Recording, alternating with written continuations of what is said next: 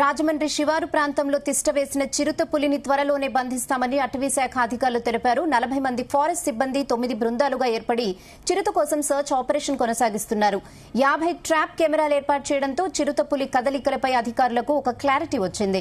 శివార్లో ఉన్న 500 హెక్టార్ల దివాన్ చెరువు రిజర్వ్ ఫారెస్ట్ లోపలే ప్రస్తుతం చిరుత కదలికలు ఉండటంతో అది నివాస ప్రాంతాల వద్దకు వచ్చే అవకాశం లేదని జిల్లా ఫారెస్ట్ అధికారి భరణి తెలిపారు.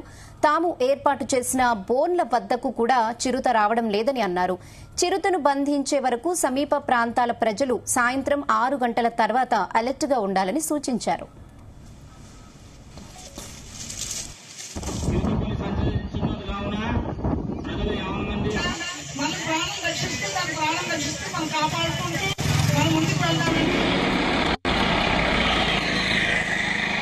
మనకి ట్రాప్ కెమెరాలో ఇమేజెస్ వస్తుంది అండ్ పక్కన ఉన్న రెసిడెన్షియల్ ఏరియాస్కి అవేర్నెస్ చాలా వరకు ఇచ్చాము. బట్ రెసిడెన్షియల్ ఏరియాస్ నుంచి వచ్చిన ప్రతి ఒక్క ఇన్ఫర్మేషన్, పబ్లిక్ దగ్గర నుంచి వచ్చిన ప్రతి ఒక్క ఇన్ఫర్మేషన్ కూడా వెళ్ళి ఫారెస్ట్ డిపార్ట్మెంట్ టీమ్ ఇన్వెస్టిగేట్ చేశారు.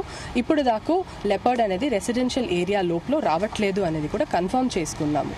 అండ్ కంప్లీట్ ట్రాప్ కేజెస్ అనేది చాలా ప్లేసెస్లో సెట్ చేశాము. అండ్ ట్రాప్ కేజెస్ పక్కన ఉన్న కెమెరా ఇమేజెస్ అండ్ సీసీటీవీ మానిటరింగ్లో మనకు తెలిసింది ఏమంటే మన లెపర్డ్ కి పెట్టిన ట్రాప్ కేజెస్ కరెక్ట్ లొకేషన్స్లో ఫిక్స్ చేశాము.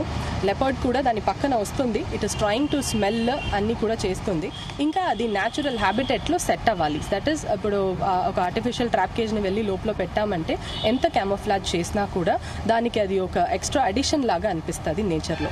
సో అది కొద్ది రోజు మనం డిస్టర్బ్ చేయకుండా, హ్యూమన్ స్మెల్ లేకుండా వదిలితే ఆటోమేటిక్లీ లెపర్డ్ అనేది దీనికి అట్రాక్ట్ అవ్వి లోపల ఉన్న ప్రే కోసం వస్తుంది. అప్పుడు మనం ఈజీగా క్యాప్చర్ చేయగలుగుతాం.